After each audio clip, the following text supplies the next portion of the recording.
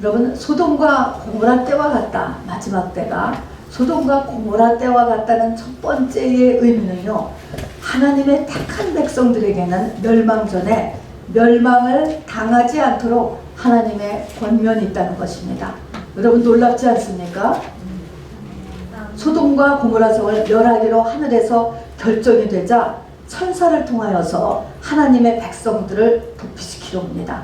자, 그런데 이 도피시키려 오는 어떻게 이 하나님의 백성들을, 어떤 하나님의 백성들을 도피시키려 오는가라고 보면요, 우리 아까도 읽은 것처럼 이 롯을 구한 이유가 오늘 읽은 19장의 그 29절 맨 끝에 보면은요, 하나님이 그 지역의 성을 멸하실 때, 즉 롯이 거주하는 성을 엎으실 때에 하나님이 아브라함을 모아사 생각하사 롯을 그 엎으시는 중에서 내보내셨더라 그랬습니다. 그래서 이게 뭡니까? 중보기도의 파워예요, 여러분. 그래서 이렇게 중보기도한 거가 그러니까 아브라함이 롯을 족하죠. 중보기도한 것으로 인하여서 바로 하나님께서 하나님의 이 권면이 재앙전에 일어났다는 것입니다. 어쨌든 하나님의 백성들은 재앙을 만나기 전에 하나님이 권면이 있다라고 하는 것이 이 마지막 때 귀한 이 소돔과 고모라 성이 주는 메시지입니다. 자, 그런데 이것에 대해서 어떻게 반응했죠? 여러분, 창세기 19장을 한번 열어보시고요, 19장 16절을 보세요. 롯이 어떻게 반응했을까요? 19장 16절을 보면, 그러나 롯이 지체함에, 여러분, 지체했다는 거예요. 여러분, 지금 지체했다. 그런데 지체했지만은 이제 지금 이 천사들이 와서, 천사가 사람 속에 들어가서 이제 사람이 권면하는 거죠. 이 소돔성에서 빠져나가라고 하는 것입니다. 자, 소돔성에서 빠져나가라. 지금 소돔과 고모라성에 살고 있었는데 여기서 빠져나가라. 여러분, 이것은요, 예수님 때도 이스라엘이 멸망하기 전에 예수님이 이런 말씀을 하셨고, 또 마지막 때에도 계시록에 보면 이 말씀이 나옵니다. 예수님 때에는 마태복음 24장 15절에서도요, 멸망에 가증한 것이 거룩한 곳에 선거든 너는 산으로 도망하라, 도망하라 그랬고요. 계시록 18장에 보면은 내 백성아 거기서 나오라는 거예요. 나오라. 큰 성 바벨론이요. 여러분, 세상입니다. 여러분, 세상이에요. 이 세상이 귀신의 처소와 각종 더러운 영이 모이는 곳과 각종 더럽고 가증한 새들이 모이는 곳이 되었도다. 세상에 악이 찬 것입니다. 하늘로부터 음성이 나서 이르되 내 백성아 거기서 나와 그의 죄에 참여하지 말고 그가 받을 재앙들을 받지 말라. 그가 받을 재앙들을 받지 않기 위해서 하나님의 백성들을 바로 이 소돔과 고모라 성에서 내가라고, 마지막 때 바벨론에서 내보내고, 소돔과 고모라 성이라든가 바벨론이라든가 다 뭘까요? 세상이에요, 여러분. 세상과 구별된 삶을 지금 이야기하는 것이죠. 자, 어쨌든 소돔과 고모라 성에서 나와야 돼요. 소돔과 고모라 성이 멸망하기 때문에 나오라고 하는데 롯의 가족이 지체하고 있었어요. 그런데 지금 이 소돔과 고모라 성에서 나올 때 이 주의사항이 세 가지가 우리 아까 읽은 것 중에 있습니다. 주의사항은 뭐냐면은, 첫 번째는 돌아보지 말고, 뒤돌아보지 말라는 거예요. 두 번째는 중간에 머물지 말고, 세 번째는 하나님이 지시하는 그 산으로 도망하라 하는 것입니다. 그 산, 하나님이 어떤 산으로 가라고 얘기했는데 그 산으로 도망하는 것입니다. 이렇게 하라고 했습니다. 자, 근데 우리가 이것은 역사적인 사실이기도 하고요, 우리 읽은 그 창세기 19장 본문에서 그대로 나타나지만 결과가 어떠했는가 보니까요, 이렇게 천사를 통하여서, 사람을 통하여서 이제 이 소돔과 고모라 성이 멸망하니까 여기를 빨리 나가라 라고 했을 때 이것에 대한 반응이, 첫 번째는 보니까 그 말을 들은 사위들은 어떻게 했다 그랬죠? 사위들, 여기 나오잖아요. 사위들은 그 말을 농담으로 여겼더라 그랬습니다. 하나님의 말씀을 농담으로 여겼어. 하나님이 주시는 메시지가 있어요, 여러분. 근데 그것을 농담으로 여겼다. 이 말은 농담으로 여기다라는 말은 뭘까요? 맞아도 좋고 틀려도 좋고 그런 것입니다, 여러분. 이렇게 되는 일이 없기를 바랍니다. 누가 하나님 앞에 정확한 예언을 받았다거나 아니면 하나님의 기록된 말씀이거나 하면은 맞아도 그만 안 맞아도 그만 이렇게 되면은요 바로 여기 소돔과 고모라 성의 불과 유황으로 멸망하고 마는 것입니다, 여러분. 자, 그래서 사위들은 죽었습니다. 그 다음에 롯의 아내는 아까 뭐라 그랬죠? 도망갈 때 뒤돌아보지 말라고 그랬는데 뒤돌아봤어요. 그래서 죽었고 역시 소금 기둥이 되었다고 했습니다. 누가복음 17장에 보면은요 특별히 종말에 대해서 이야기하시면서 특별히 롯의 처를 기억하라고 그랬습니다. 롯의 처를 기억하라는 거예요. 롯의 처가 어떻게 했길래 뒤돌아보았어요. 뒤돌아보았습니다, 여러분. 그리고 근데 뭐 때문에 뒤돌아보았느냐? 뭐가 그렇게 미련이 남아서 뒤돌아보았냐면은 세간 때문에 뒤돌아봤다는 거예요. 여러분, 살림하는 거 굉장히 중요한데 말입니다. 이 살림에 너무 애착을 가지는 것도 이게 종말에는 이것이 한 달을 걸쳐야 되는 것 같습니다, 여러분. 그래서 세간 때문에 뒤돌아보았다가 여러분 죽었습니다, 여러분. 자, 그래서 사위들 죽었죠. 롯의 아내도 죽었어요. 그 다음에 롯은요 어떤 산을 지적해주고 그 산으로 도망가라고 그랬습니다, 여러분. 도망가라고 했는데 롯이 그 산으로 도망갔나요? 아까 읽으니까 안 갔어요. 거기까지는 자기가 못 가겠다는 것입니다. 못 가고 거기 가기 전에 여기보다 훨씬 가깝고 작은 한 성읍이 있으니 거기까지로 내가 도망가겠습니다 그랬습니다. 그랬더니 하나님께서 어떻게 했습니까? 그렇게 해라 라고 이렇게 합니다. 그렇게 하라. 자꾸 졸르니까 그렇게 한 것이지요. 자, 이 말은 뭡니까? 하나님이 정해주신 어떤 산이 있습니다. 어떤 고지가 있습니다. 어디까지 너 가라 라고 얘기했는데 지금 롯은 어떻게 얘기합니까? 롯은 내가 어떻게 그렇게까지 합니까? 저는 거기까지는 못 가겠습니다.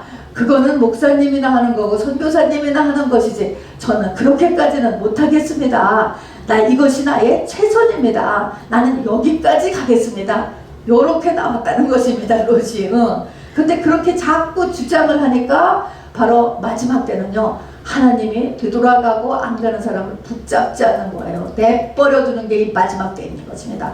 급하기 때문에. 그래서 이 마지막 때는 다니엘서나 요한계시록에 보도 이 안 가고 있는 사람을 기다려주지 않아요. 그냥 가는 것입니다, 여러분. 그러니까 나는 거기까지 못 가겠습니다. 그러니까 그러면 그냥 그렇게 해라 라고 이야기했어요. 그런데 그러면 그냥 그렇게 해라 해서 일이 잘 됐느냐? 거기에 가서 롯하고 이제 딸 둘만 남잖아요. 사위 둘 죽고 아내 죽고. 그래서 딸 둘하고 롯이 남았는데 거기서 무슨 일이 일어났습니까? 거기서 근친상간이 일어나서 바로 두 딸을 통해서 모압과 암몬이라고 하는 아주 수치스러운 바로 여호와의 총회에 영영이 들여놓지도 말라라고 하는 두 족속이 탄생하게 됩니다. 여러분, 이것이 저 산까지 가라 그런데 그 산까지 안 갔어요. 안 갔던 것이 저 산까지 가라 근데 그 산까지 못 가고 있었다라고 하는 것이 무엇을 이야기하냐면은 저 산까지 가라 라고 하는 것은 새 예루살렘 성에 들어가는 것이에요, 여러분. 새 예루살렘 성에 들어가는 것. 그러니까 산이라고 하는 것은 믿음을 나타내고요. 그 지정된 하나님의 산이 있어요. 그 산, 믿음의 고지, 산의 고지까지 올라가지를 못하고 안 한 거죠. 안 한 거. 안 가겠다고 했으니까. 가겠다라고 했으면 그럼 천사들이 이렇게 있는데 도와주잖아요. 그런데 안 가겠다라고 미리 자기가 딱 금을 거는 것입니다, 여러분. 그래서 그 섬에 들어갔을 때 일어난 사건은, 그러니까 우리가 나중에 새 예루살렘 성에 들어가는 사람과 새 예루살렘 성에 들어가지 못하고 지옥 불에는 들어가지 않았어. 이 불과 유황에 의해서 사위나 이 와이프같이 죽지는 않았지만 지옥에는 들어가지 않지만 새 예루살렘 성에 들어가지 못한 사람의 상태는 뭐냐? 마치 이스라엘의 12부족과 모압과 암몬 부족과 같은 큰 차이가 있다는 것입니다. 여호와의 총회에 대대로 절대로 모압과 암몬 족속은 들여놓지 말 것. 그리고 그들은 영영이 수치의 족속이다. 그리고 그들은 하나님을 대적했어요. 이렇듯이 이렇게 큰 차이가 난다는 것을 소돔과 고모라 성에 이렇게 역사적이면서도 상징적인 메시지를 통하여서 우리에게 알려주게 됩니다. 자, 그러면은 이 소돔과 고모라 성의 주인공이 되는 오늘 롯의 패밀리를 보면서 롯의 패밀리를 보니까 이건 뭐 잘 된 거예요? 못 된 거예요. 아내가 죽고 두 사위는 죽었어. 그리고 다 죽지는 않았지만 바로 거기서 모압과 암몬이라는 수치스러운 후손으로 인하여서 후대에 계속적으로 남게 되었어요. 자, 잘못되었지요. 잘못된 것입니다. 여러분, 지옥불에는 떨어졌지 않았죠. 다 죽지는 않았지만 잘못된 것이에요. 그러면 이렇게 잘되지 못하고, 완전히 잘되지 못하고 예수 믿어서 그냥 잘못되었다고 보는 게 맞잖아요. 이 잘못되었을 때 이 중에 뭐가 가장 큰 문제였을 것 같아요. 이 사람들 중에서 성경은 뭐가 잘못되느냐고 하냐면은 롯이 잘못되었다고 이야기하는 것입니다. 왜 롯이 잘못되었느냐? 롯은 하나님은요, 하나님의 백성을 이끌어 가는데 항상 그 스몰 그룹에 항상 리더를 있어요. 그래서 양은요, 이 시력이 나빠가지고 항상 앞에 있는 양들의 굶주기를 보면서 그냥 쫓아간다는 거예요. 하나님이 하나님의 백성을 이끄시는 방법이, 하나님이 12제자를 선택하시고 12제자 중에서도 3제자를 또 베드로와 요한과 야고보를 3제자가 예수님의 측근에서 항상 있었잖아요. 3제자가 있고 12제자가 있고 70인 제자가 있습니다. 이렇듯이 양에도 이렇게 그 리더가 있습니다. 여러분, 요 리더를 통하여서 그 다음 양, 또 그 리더를 통해서 그 다음 양들을 이끌어가는 게 하나님의 이 인도하는 방식이거든요. 근데 요 리더가 잘못되는 거예요. 리더가 잘못되면 그 리더를 따라오던 양들이 다 삐뚤어지게 되는 것입니다. 자, 그래서 롯이 아니고 성경에 보면 룻기가 있잖아요. 룻기 보면은요, 이게 사사시대 이야기니까 남존 여비 사상이 있던 그 시대인데도 이 룻이 거기서 온통 고난을 당하는 게 나옵니다. 주인공이 이 룻이 되잖아요. 여자입니다. 아내입니다. 그렇지만 이것은 남자, 여자, 남편, 아내, 또 나이가 많건 적건 이것에 상관하지 아니하고 하나님이 정하시는 영적인 리더가 있어요. 각 가정에서도 영적인 리더가 있고요. 가문에서도 영적인 리더, 교회에서도 영적인 하나님이 정한 리더가 있는 것입니다.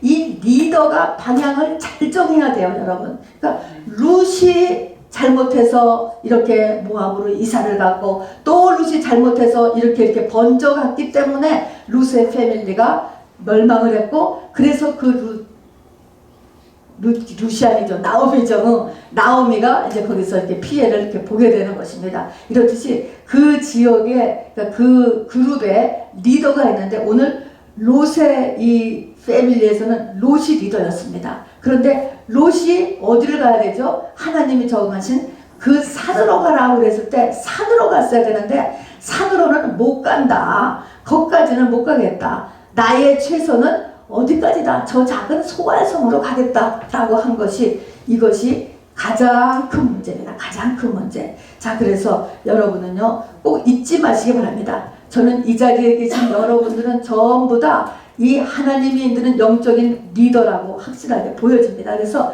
방향을 잘 정하면 거기에 끌려가는 사람들이 다 같이 쫓아가는 거예요. 그러니까 내가 이제 어떻게 방향을 정하는 거는 것이 매우 중요합니다. 자, 이제 그러면은 어디로 가라고 그랬냐면은 이 롯에게 이 천사를 통하여서 하나님은 저 산으로 가라라고 지정해 주었어요. 자, 그래서 이제부터 산이 등장하는 것입니다. 산이라는 것은 믿음이요. 그리고 산은 갔다 하면은 고지까지 올라가야 되는 거예요. 믿음의 고지까지 올라가야 되고 믿음의 고지로 도망가야 되는 것입니다. 자, 그러니까 여기서 천사를 통해 하나님 이렇게 말씀하잖아요. 산으로 도망하여 멸망함을 면하라. 이렇게 창세기 19장에 17절에 보면은 산으로 도망하여 멸망함을 면하라. 이렇게 딱 얘기했어요. 산으로 도망하여 멸망함을 면하라. 근데 롯이 내 주여 그리마 없어서 나는 도망하여 산에까지 갈 수 없나이다. 이렇게 얘기했습니다. 그러면 산으로 도망하여 멸망함을 면하라 라고 하는 그 말의 의미는 뭐냐면 믿음의 고지로 도망하라는 거예요. 믿음의 고지로 올라가서 멸망함을 면하라. 믿음의 고지로 도망하여서 너와 내 가족과 내 가문을 구원하라. 같은 뜻이에요, 여러분. 그러니까 여러분, 그냥 여러분이 이 창세기 19장의 소돔과 고모라 성의 메시지를 다 들었을 것입니다. 산으로 도망하라고 했다라는 게 도대체 무슨 뜻일까? 또 예수님 시대에서도 바로 멸망에 가증한 것을 보고도 너희는 산으로 도망하라. 또 이 요한계시록에도 말세지만에서도 성을 빠져나와서 도망하라 라고 하는 그 도망하라고 하는 그 고지가 어디냐면 믿음의 고지로 올라가라라고 하는 뜻인 것을 여러분 명심해 두시기 바랍니다. 그러니까 믿음의 고지에 올라가는 거가 그게 그리로 도망가는 거예요, 여러분. 여러분의 믿음을 믿음의 고지로 끌어올리는 거가 도피처가 되고 은둔처가 된다라고 하는 사실인 것이죠. 자, 그래서 이제 구체적으로 모형으로 성경에는 산이 등장해요. 어떻게 보면은요, 성경은요, 산에서 시작해서 산으로 마치는 책입니다. 이 산 가운데서도 여러분 성경에 7대 산, 언젠가도 또 얘기한 적이 있는데요. 성경에 7대 산이 있습니다. 맨 처음이 에덴 동산입니다. 그것도 산이에요. 에덴 동산의 산. 두 번째가 노아 방주에가 머문 아라랏산. 아라랏산에 머물렀어요. 그래서 거기서 이제 다음 삶이 시작되죠. 모세가 올라갔던 10계명을 받았던 시내산, 아브라함의 모리아산이 있고, 그 다음에 이제 신약에 넘어와서는 신약의 첫 번째 산이 오늘 읽은 팔복산, 그 다음에 여섯 번째는 십자가를 지신 겟세마네와 골고다 산이 있고, 그리고 마지막 일곱 번째는 예수님을 신랑으로 기다리는 14만 4천이 서 있는 시온산. 여러분 7대 산이 다 똑같은 거예요. 어떤 산을 가든지 간에 고지에 올라가는 것입니다, 여러분. 자, 여러분은 이 7개의 산 가운데서 어떤 산을 통하여서 고지에 올라가길 원하십니까? 어떤 산을 택해도 여러분 상관이 없습니다. 자, 반드시 그러나 정상에 올라가야 돼요. 자, 나는 에덴 동산의 산으로 나는 올라가겠다. 어저께 우리 할리 집사님 파타스코 산에 가셨었으니까 그렇듯이 어떤 산을 가도 좋은 거예요. 그러면은 에덴 동산의 산을 올라가겠다. 그러면 에덴 동산의 산에 올라가려면요, 무엇을 해야 되는지 아세요? 에덴 동산은요, 쫓겨났어요. 그런데 에덴 동산을 다시 가서 에덴 동산에 오르려면 에덴 동산을 왜 쫓겨났냐면은 선악과를 따먹어서 쫓겨났어요. 그래서 우리 속에 선악과가 있거든요. 그 선악과를 토해내야 다시 에덴 동산으로 돌아가는 거예요. 그러면 선악과를 토해내서 에덴 동산에 들어가려면 에덴 동산을 화염검으로 막아넣었다 그랬습니다. 화염검은 불칼이에요. 불칼. 자, 칼 같은 하나님의 말씀과 그 다음에 불이에요. 불. 고난입니다. 엄청난 고난과 하나님의 말씀을 가지고 내 안에 있는 선악과 자아를 토해내는 것, 말은 간단하지요. 불같은 고난, 하나님의 말씀을 내가 받는 거, 그 다음에 그래서 나의 자아가 죽는 거, 말로는 간단한데 이것이 얼마나 어려운 일인지 여러분 알 것입니다. 그러면 그게 에덴 동산으로 돌아가시는 길이에요. 간단하게 에덴 동산으로 가시든가, 아니면은 그러면은 나는 노아 방주가 있었던 아라랏산으로 인하여서 거기서 내가 새로운 회복의 인생을 시작하리라 라고 한다면, 에덴, 그러니까 이제는 노아 같아야 되는 거예요. 노아는 방주를 지은 기간이 학자들에 의하면 40년에서 120년을 지었다는 거예요. 40년에서 120년 동안 자기 돈 들여서, 자기 시간 들여서, 자기 에너지 들여서 이웃 사람들하고 전혀 다른 삶을 살았어요. 완전한 좁은 문, 좁은 길의 삶을 그렇게 수십 년, 100년 가까운 이 시간을 들이면서 잣나무와 역청을 가지고 하나님의 말씀과 성령으로 인하여서 방주를 지어서 세상에 물이 하나도 들어오지 않는, 세상 속에 있지만 그런 사람으로 만들어지는 것, 여러분 이쪽 길로 가셔도 괜찮습니다. 모세의 시내산, 여러분이 율법을 완전히 지킬 수 있다면 그쪽으로 가셔도 괜찮아요. 아브라함의 모리아산이 있습니다. 25년 기도해서 낳은 아들을 25년을 더 키워서, 근데 하나님은 그 아들을 죽음에서 지금 받겠다는 것입니다. 그때 그 아들을 내주었습니다. 여러분, 완전히 세상과 자아에 대해서 죽은 것이고 우상을 완전히 내려놓은 것이 아브라함의 모리아산이에요. 여러분, 이 길로 가셔도 괜찮습니다. 그리고 이제 신약에 들어와서 팔복산, 여러분, 이 8가지의 복을 내 것으로 하는 것입니다. 여러분, 오늘은 신약의 첫 번째니까 이 팔복산을 볼 것입니다. 그 다음엔 예수님의 겟세마네와 골고다 산입니다. 땀이 피가 되는 기도를 하고, 그리고 십자가에 의해서 겉사람이 죽는 것, 이쪽 길을 택할 것이냐, 그 다음에 마지막 시온산에 보니까요, 거기에 예수님을 신부로 맞는 바로 14만 4천이 있는데 그들에게 있는 특징을 6가지를 그려놨어요. 보니까 그들의 이마에는 어린 양의 이름과 아버지의 이름, 이마에 어린 양과 아버지의 이름이 있대. 이것은 뭐냐면 그 사람의 영이 완전히 자기가 아니고 어린 양과 아버지로 바뀌어졌기 때문에 그 영이 생각 속에 이렇게 비춰지기 때문에 이마에 어린 양과 아버지의 이름이 보여졌고요. 또 그들은요, 여자로 더불어 더럽히지 아니하고 그 마음이 세상으로 갈라지지 않았다는 것입니다. 그리고 세 번째는 어린 양이 어디로 인도하든지 따라가는 자, 하나님의 인도하신 길로 믿고 자기의 가는 길을 다 그냥 순종하는 것이죠. 그 다음에 하나님과 어린 양에게 처음 엮은 열매로서 속한 자들이고요. 그 입에 거짓말이 없다라고 하는 것은 그 말하는 것에서 하나님 앞에 걸릴 만한 것이 하나도 없는 것이에요. 합당하지 않은 말을 할 수 없는 사람이죠. 그 다음에 흠이 없는 자들이더라. 그래서 시온산에 14만 4천. 여러분, 이런 7가지 산 가운데 여러분은 어느 쪽 길을 택하여서 정상에 오르시겠습니까, 여러분?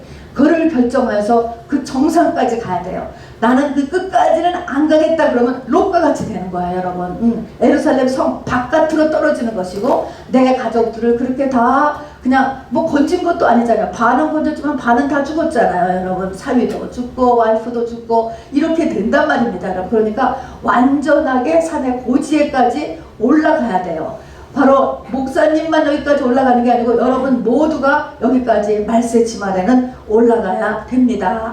자, 여러분, 이 모든 것이 히브리서 1장 1절에 보면은요, 하나님이 여러 모양으로, 여러 모양과 여러 부분으로 한 가지를 목표해서 말씀하고 계시다는 것입니다. 그게 성경이에요. 바로 성경이 바로 이것을 이야기하는 것이죠. 우리를 천국의 중심지 새 예루살렘 성으로 데려가는 것, 여러분, 이것이 이 세상을 유지시키고 지금 오퍼레이트 시키고 있는 목적입니다. 여러분, 천지 창조를 하시고 바로 구원의 모든 역사는 여기에 있고, 내가 태어난 이유도 여기에 있고, 나에게 모든 일어나는 환경도 다 여기에 있는 것입니다. 자, 그래서 신앙의 한 고지를 늘 짚어주고 있는 것이죠.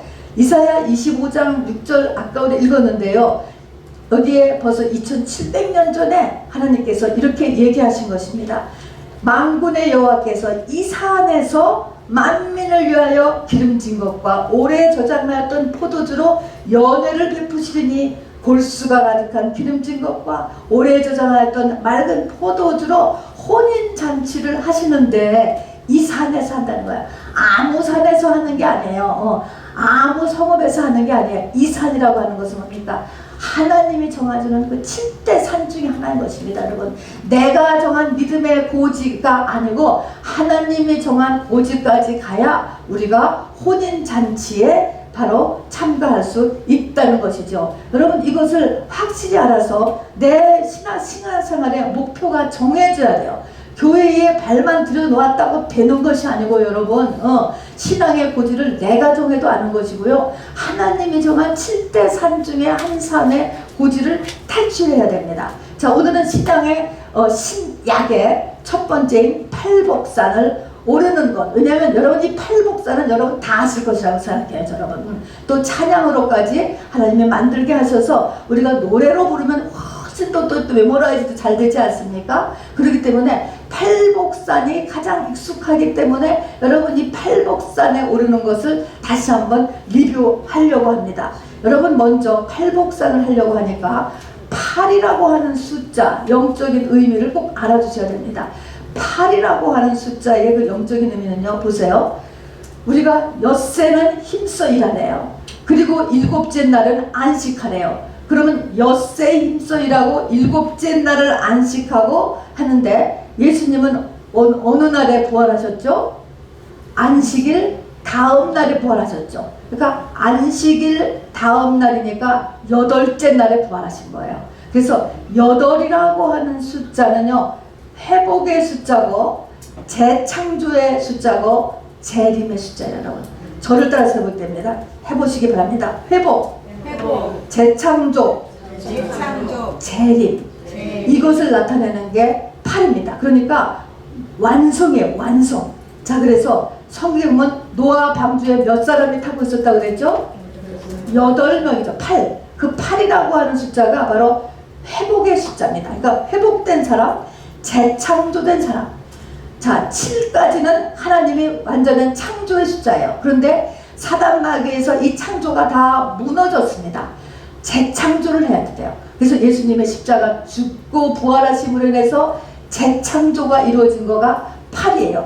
그래서 노아 방주에 탄 8명은 재창조된 사람이에요. 회복의 사람이에요. 이게 바로 우리가 주님을 신랑으로 맞게 될 혼인잔치에 참가할 저와 여러분이 가져야 되는 숫자예요. 영생 얻을 자이기도 하고 믿음의 완성에 이르는 것을 이야기합니다. 또 창세기 17장에 보면은요, 우리 태어난 지 8일 만에 아들에게 할례를 합니다. 할례. 또 여호수아 5장에 보면 가나안 땅에 들어가면서 반드시 할례를 시킵니다. 이거는 뭐냐면 완전히 재창조한다는 의미예요. 재창조. 그래서 재창조 의미. 여러분과 저는 재창조돼야 돼요. 여러분과 저는 회복이 일어나야 돼요. 여러분. 이 회복이 재창조가 같은 것입니다. 우리 한국이나 중국에 보면은 한국학이라는 게 있어요. 우리가 중국도요, 이 성경에서 많은 영향을 받았거든요. 팔각정. 왜 육각정, 칠각정이 아니고 팔각정일까? 이 팔이 완전한 안식을 나타내기 때문에 이 팔각정이 이렇게 있습니다. 자, 마태복음 5장, 미가서 5장에 보면은요, 이 사람은 평강의 왕이 될 것이라 그러면서 아수르 사람이 우리 땅에 들어와서 우리 궁두를 덮을 때에 우리가 7목자와 8군왕을 일으켜서 그를 치겠다 이렇게 얘기합니다. 이때에 7목자는 초림 예수를 나타내고요, 8군왕을 일으킨다 하는 8군왕은 재림 예수를 나타내는 것입니다.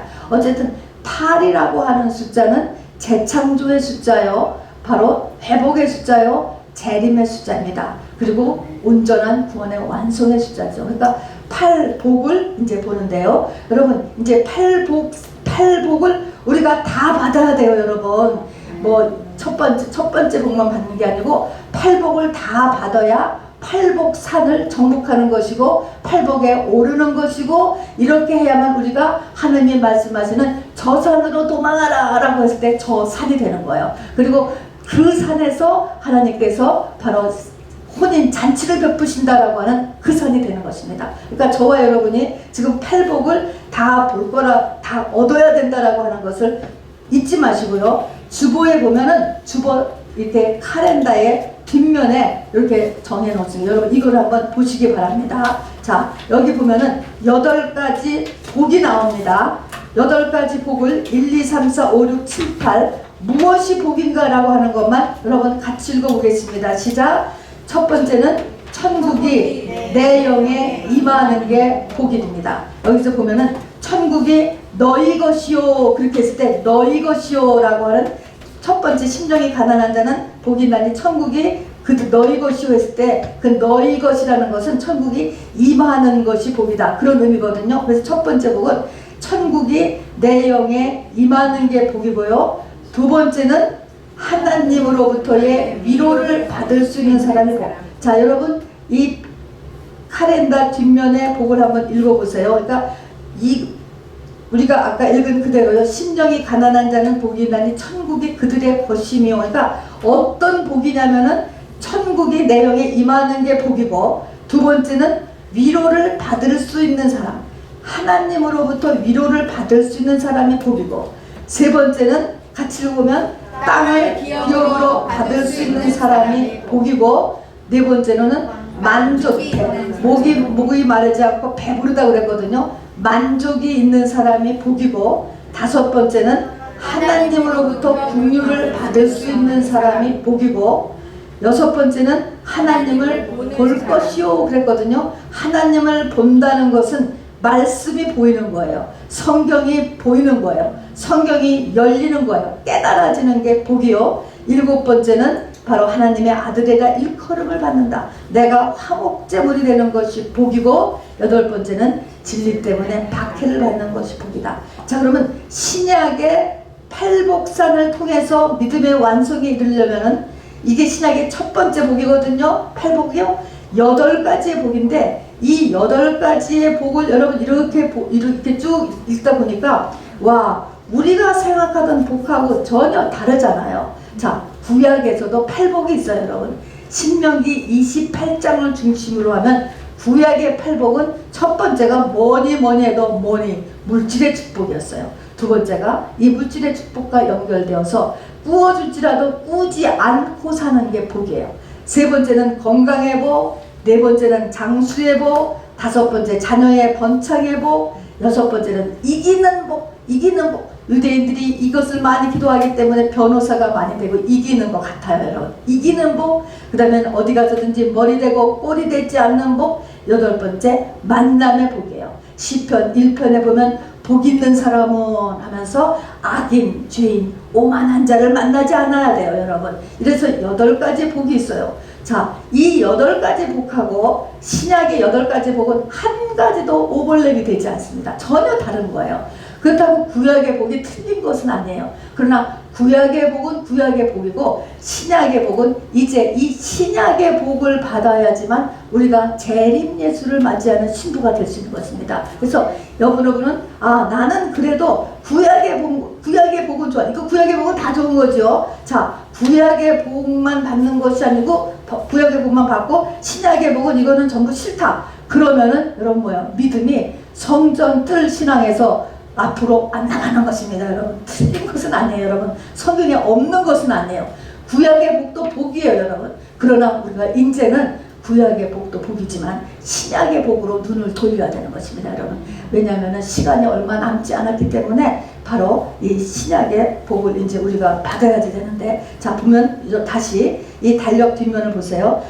바로 천국이 내 영에 임하는 게 복인데, 천국이 내 영에 임하려면, 자, 영이라는 것은 내 마음에 또는 내 심령에, 영을 혼 쪽에서 보면 마음이라고 표시하고요, 영 쪽에서 보면 영을 심령이라고 얘기해요. 똑같이 마음, 영이에요, 영. 자, 어떻게 해야 내 안에 내 심령이, 어떻게 해야 내가 천국이 내 영에 임하는가 라고 하니까, 심령이 가난한 자는 복이 있나니들 그랬습니다. 심령이 가난해야 된다는 거예요. 자, 심령이 가난하다라고 하는 말의 뜻은 하나님 외에는 내가 의지할 곳이 없는 상태.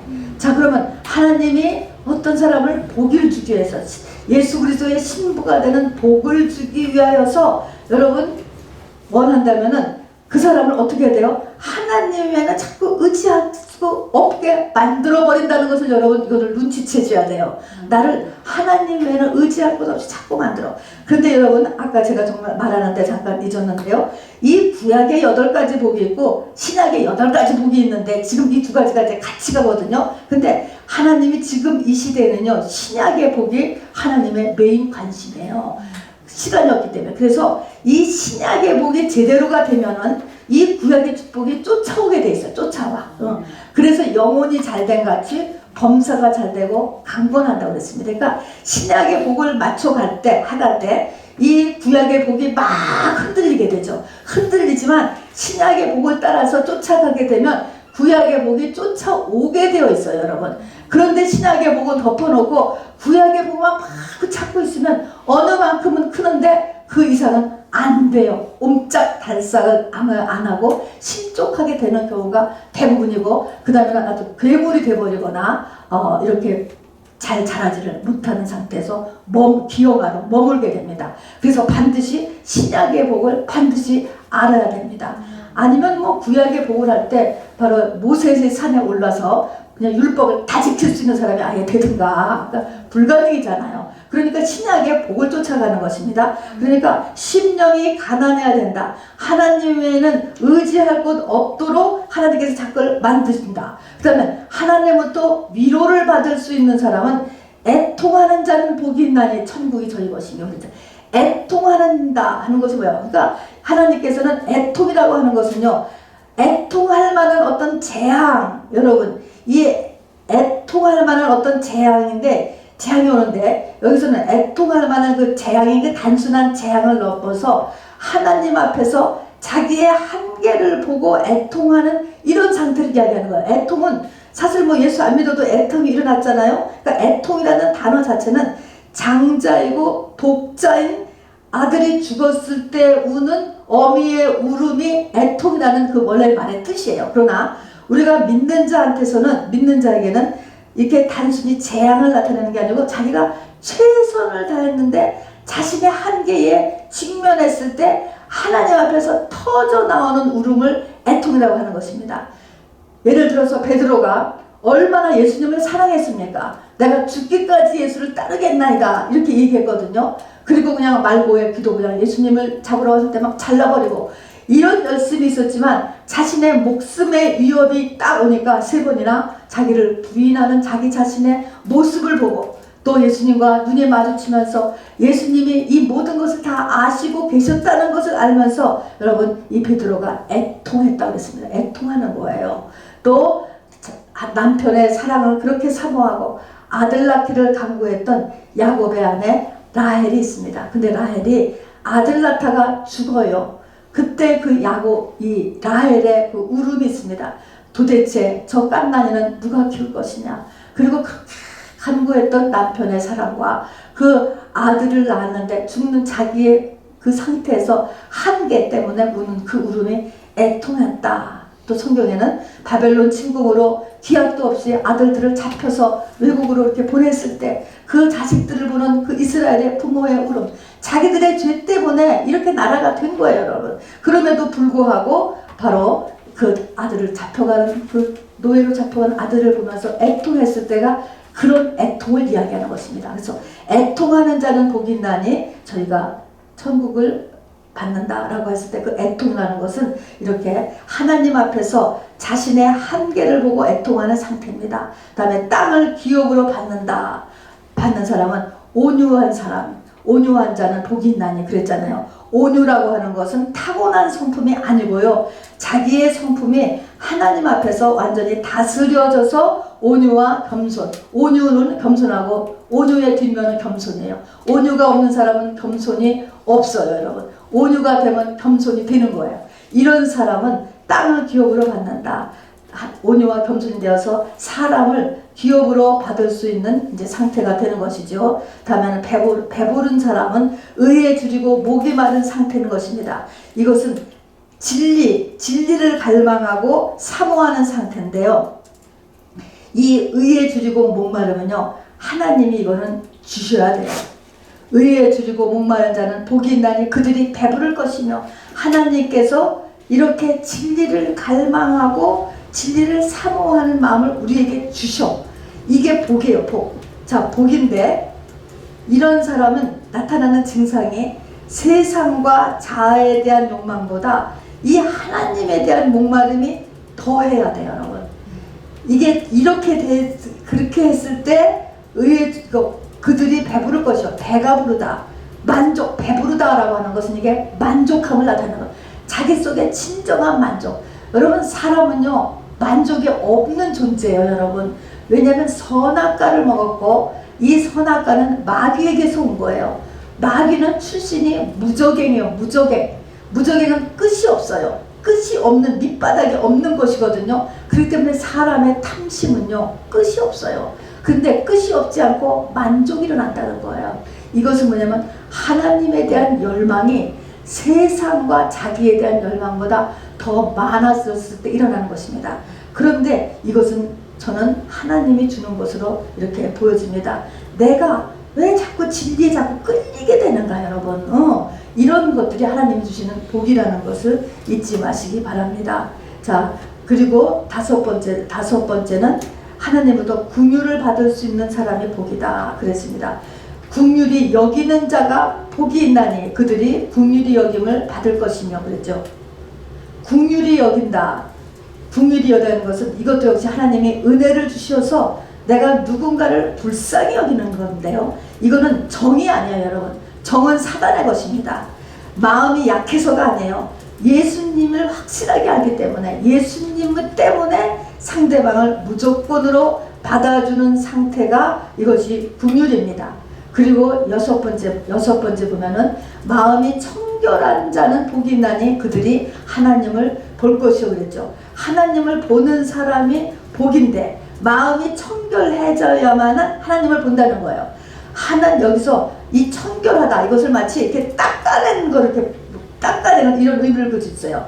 창문이 있는데, 유리창이 있는데, 유리창이 더러우면요 햇볕이 또 안 들어오고 바깥에 뭐가 있는지 안에 뭐가 있는지 안 보이잖아요. 이게 그렇다는 것입니다. 내 마음을 닦아내야 된대요. 마음의 창을 어떻게 부지런히 닦아내죠? 내 마음의 창이 뭘로 더럽혀져 있지요? 조상죄로, 내 죄로, 상처로, 욕심으로, 염려로, 눌림으로, 연약함, 여러 가지로 내 창이, 마음의 영의 창이 더러워져 있는 거예요. 이것을 어떻게 닦아낼까? 회개하고 그리고 고백하고 하나님 앞에 이렇게 함으로 고백한다는 것은 토해내는 것입니다. 이렇게 부지런히 닦아내면 안이 보이는 거야. 창문을 통해서 또 밖이 보이는 거예요. 햇볕이 들어오는 것입니다. 이렇게 되는 것은 그것을 말씀이 열린다라고 하는 것이죠. 그래서 하나님은 우리를 회개로 인도하셔요, 여러분. 자, 그리고 7번째는 화평케 하는 자죠. 화평케 하자. 화평케는 뭐 때문에 우리가 화평을 못하죠? 그 사이에 죄가 껴서 화평을 못하는 거예요. 죄가 껴서. 그래서 그 죄를 내가 화목제물이 되어서 하나님과 어떤 사람 사이에 죄를 없이 해주고, 또 어떤 사람과 어떤 사람, 두 사람 사이에서 내가 그 사이에서 십자가를 짐으로 화목시켜주는 상태인 것입니다. 자, 내가 십자가를 지도록 하나님께서 자꾸 나를 인도해. 자기 십자가를 자꾸 지는 것을 지도록 깨달아줘. 여러분, 이것이 나를 복주시려고 하는 것입니다. 8번째는 바로 진리 때문에 박해를 받는 것이 복이다 그랬습니다. 예수 믿는 것 때문에 욕먹고 박해받고 또 거슬려 모든 악한 말, 내 마음을 아프게 하는 것이죠. 그러면서 악한 말을 듣는 것, 여러분, 이것이 하나님의 복을 받는 거라는 것입니다. 이런 8가지 복을 받는데요, 마태복음 오늘 5장 읽으신 이 산상순의 이 8복은요 끝이 11절 12절, 어떻게 보면은 아홉 번째 복인 것 같은데 9번째 복이 아니에요. 11절과 12절을 한번 같이 읽어봐요. 시작. 나로 말미암아 너희를 욕하고 박해하고 거짓으로 너희를 거슬려 모든 악한 말을 할 때에는 너희에게 복이 있나니 기뻐하고 즐거워하라. 하늘에서 너희의 상이 큼이라. 너희 전에 있던 선지자들도 이같이 박해하였느니라. 이게 산상순의 결론같이 되어 있어요. 이 말은 8복을 받았어. 신약의 복을 완전하게 받아서 믿음의 고지, 저 산으로 가는 그 선까지 올라가는 사람이 된 사람은 어떤 일이 일어나느냐? 나로 말미암아. 이때 나는 예수님 때문이다. 예수님 때문에 욕을 먹고 박대를 받고 악한 말을 듣는다는 것입니다. 그러니까 나의 모든 실수와 성품과 이런 것 때문에 욕먹고 박해받고 하는 게 아니고요, 딱 예수님 때문에 이렇게 하는 사람이 되는 것이고, 그렇게 예수님 때문에 욕먹고 박해받고 악한 말을 듣는 사람이 되는 것이고, 그런 사람은 어떠냐? 그런 사람은 이제 하늘에서 상급이 크다라고 이야기했는데, 이 말은 한마디로 말하면은 팔복을 받은 사람은 세상과 화합한다, 안 화합한다. 여러분, 이게 큰 문제예요. 여러분, 예수를 잘 믿으면 세상하고 짝짝 맞을 줄로 생각을 하는데 세상과 거스른다는 것입니다. 여러분, 세상과 어긋나요. 여러분, 이것이 신약에 와서 굉장히 큰 차이가 일어나는 것입니다. 그래서 세상과 이상하게 안 맞죠. 세상과 어긋나게 된다, 이런 것입니다. 자, 여러분, 굉장히 심각한 말씀인데, 여러분, 심령이 가난해야 되고, 쭉 읽어보면 내가 어떻게 되어야 이 복이냐면, 첫 번째가 내 심령이 가난해져야 돼. 그러면 하나님은 내 심령을 가난하게 하기 위해서 하나님의 의지할 곳이 없게 만드시죠. 또 내가 하나님 앞에서 애통해야 돼. 그러면 애통한 일을 하나님은 만드신다고, 나한테. 그 다음에는 온유와 겸손이 되기 위해서는 내 성품이 온유와 겸손으로 바뀌어지기 위해서 내 성과를 죽이는 환경과 사람들을 만나게 하셔요, 여러분. 그래서 온유로 만드신다니까. 그리고 의에 줄이고 목마른 자라든가 또 긍휼을 베푸는 거는 이거는 굉장히 많은 퍼센트가 하나님 쪽에 있어요. 제가 보기에는 앞에 세 가지를 하게 되면 하나님께서 나를 열으시는 것 같아요. 나에게 진리로 자꾸 이끌게 하시고, 그러니까 내 마음이 자꾸 하나님의 것을 더 알고 싶은 마음이 더 강해진다는 것입니다. 그래서 진리에 자꾸 이끌어지고 그것이 세상 것보다 더 귀하게 생각되지고 더 끌려가게 하실 뿐만 아니라 사람에게도 이 긍휼을 베푸는 것은 하나님이 주셔야 되는 거예요. 긍휼을 아무나 베푸는 게 아니에요, 여러분. 이것은 그래서 긍휼을 모든 것을 하나도 계산하지 않고 해주는 거가 긍휼이거든요. 긍휼을 베풀어 주시고, 그리고 나에게 하나님께서는 이제 6번째 가서 보세요. 이 하나님을 보게 하는 복, 마음이 청결한 자는 하나님을 볼 것이어서 하나님을 보게 하기 위해서는 나를 하나님께서 나에게 자꾸 회개로 이끌어 회개해야 되겠구나. 그리고 회개가 깨달아지기도 하고 한다는 것입니다. 아, 회개 노생큐. 여러분, 이거는 이 팔복하고 멀은 것이에요, 여러분. 그래서 마음이 깨끗해져야 되죠. 그 다음에 바로 나를 화평케 하는 자, 자기 십자가를 치라고 하는 이 보이지 않는 스트레스가 나를 자꾸 자극한다든가, 여러분 이건 다 복이신 줄 아시기 바랍니다. 그리고 의로 인하여서 바로 욕먹고 박해받지만은 하나님께서 이를 견디게 하신다라고 성경이 이야기하고 있습니다. 여러분, 이 말씀을 하는 이유는 하나님은 네 생명을 보존하기 위해서 믿음의 고지로 도망가라고 했습니다. 네 가족을 살려내기 위해서 믿음의 고지로 도망하라는 것입니다. 우리가 지금 할 수 있는 것은 중보기도 하는 거예요. 가장 중요한 것이. 그 다음에 기회가 되는 대로 복음을 전파하는 것이에요. 자, 그러나 내가 지금 되는 것이 더 중요합니다. 내가 믿음의 고지로 부지런히 도망해야 되고, 또 믿음의 고지는 하나님께서 정해 주신 이런 7대 산 중에 하나라고 하는 것입니다, 여러분. 자, 오늘 말씀은 소돔과 고모라 성입니다, 여러분. 하나님의 이 말세치 말에 반드시 하나님의 믿는 자들에게 바로 재앙을 피할 길을 주신다는 것을 잊지 마시고, 여기서 우리 지체하지 말고, 그리고 돌아보거나 중간에 머물지 말고, 그리고 내가 정하는 그런 어떤 곳이 아니고 하나님이 정해놓은 그 산까지로 달려가는 저와 여러분 되기를 주님의 이름으로 축원합니다.